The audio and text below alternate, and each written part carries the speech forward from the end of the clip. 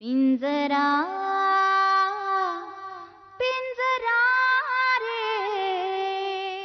निर्लज्ज माणूस आहे हा.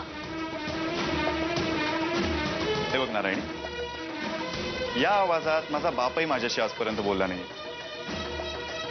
काय होतं ते? त्यामुळे तुझ्या सासऱ्यांकडून जरा शिकून घे या घरातले रीतिरिवाज. या घरात बाई माणसांवर ओरडलं जातं, त्यांना मारलं जातं. हेच शिकत तर मी लहानाचा मोठा झालोय. अंडरस्टँड? आनंदी, तुझा माझ्यावर विश्वास आहे? हे बघ, म्हणजे थोडा जरी विश्वास असेल ना तर हे रडणं ताबडतोब थांबव. आणि हा जो काय मूर्खपणा लावलायस ना तो पुन्हा करू नकोस. नाही जगायचंय गोरख काका.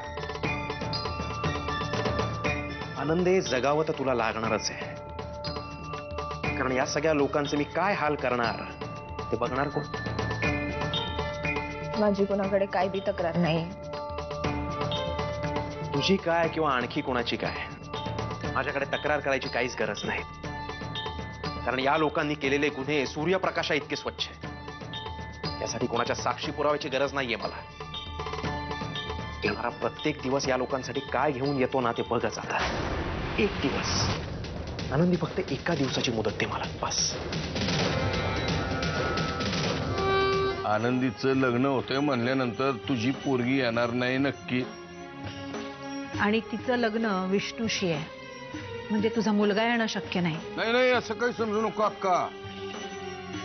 माझा पोरगा कसा आहे तुम्हाला चांगलं माहिती आहे. कारण आता आनंदीचं लग्न विष्णूशी होतंय म्हणल्यानंतर काय करेल याचा नियम नाही. तेव्हा त्याला काय पण कळू न देणं हे महत्वाचं.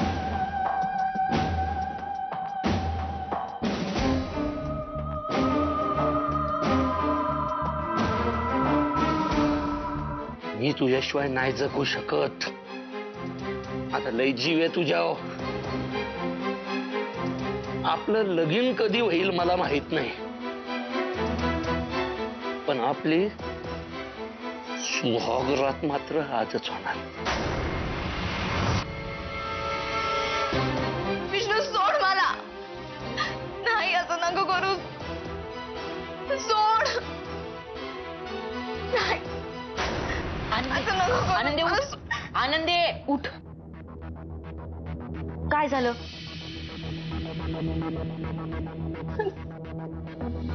तू गेला का? कोण तो? विष्णू आला होता इथं आणि माझ्याशी. अगं आनंदे, तुला काही येड लागलाय का? ते बघ, दाराला अजून बी कडी आहे, कुणी आलं नव्हतं. आण घेऊन सांगते, तो इथं आला होता. अगं, तो इथे नाही, तुझ्या स्वप्नात आला होता. ज्या माणसाचा आपण दिवसभर विचार करतो ना तोच माणूस आपल्या रात्री स्वप्नात येतो.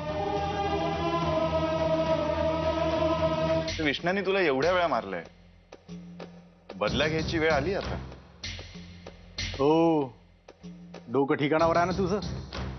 यम आहे तो यम, याला कोण मारणार?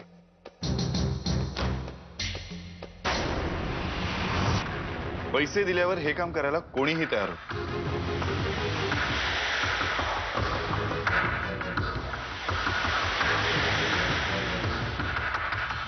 म्हणजे सुपारी, याची सुपारी कोण घेणार? तू तू घे ना. त्याच्याऐवजी तुम्हाला आत्महत्या करायला सांग.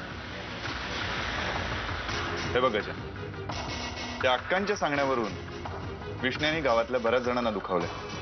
त्यांच्यापैकीच कोणीतरी होईल की तर आपण त्यांना आर्थिक मदत करू, ते आपल्याला अशी मदत करतील. समोरासमोर तो काही कुणाला ऐकायचा नाही. काहीतरी कट कारस्थान करूनच त्याला मारला पाहिजे. ते तू काही कर रे, पण एक गोष्ट लक्षात ठेवायच्या, उद्या मला तो विष्ण्या जिवंत दिसता कामा नये.